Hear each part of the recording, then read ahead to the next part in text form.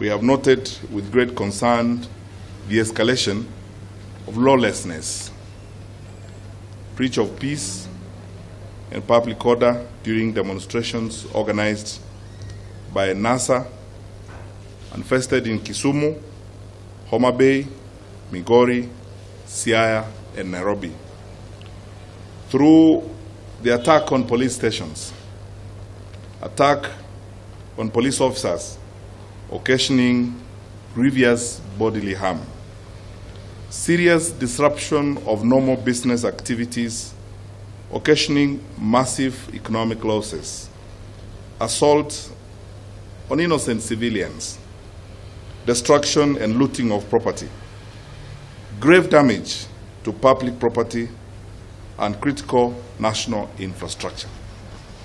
We wish to remind Kenyans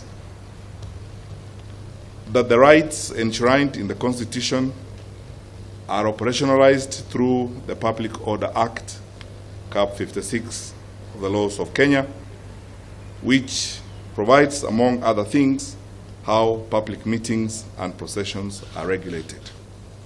Specifically, we wish to draw the attention of the public to Section 5 of the Public Order Act, which places very clear responsibility and obligations on those organizing such meetings and processions. Accordingly,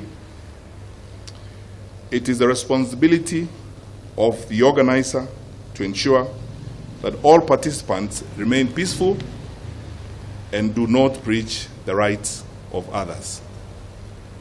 The organizers are required by law to notify the officer in charge of a police station in the area of the proposed demonstrations, including time, date, route, venue, and purpose of the procession.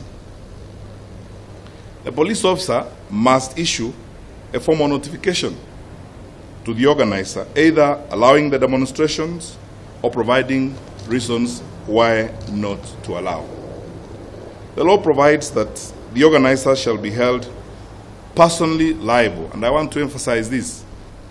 The organizers shall be held personally liable for any breach of law during the demonstrations. For example, on the 6th of October 2017, a Mr. Norman Magaya, allegedly the CEO of NASA, notified the Nairobi County Police Commander of the intention to hold peaceful demonstrations in Nairobi. And I've asked the police to circulate this notification to you. During that demonstration, serious cases of destruction of public property, looting, vandalizing of vehicles, and destruction of normal life were witnessed.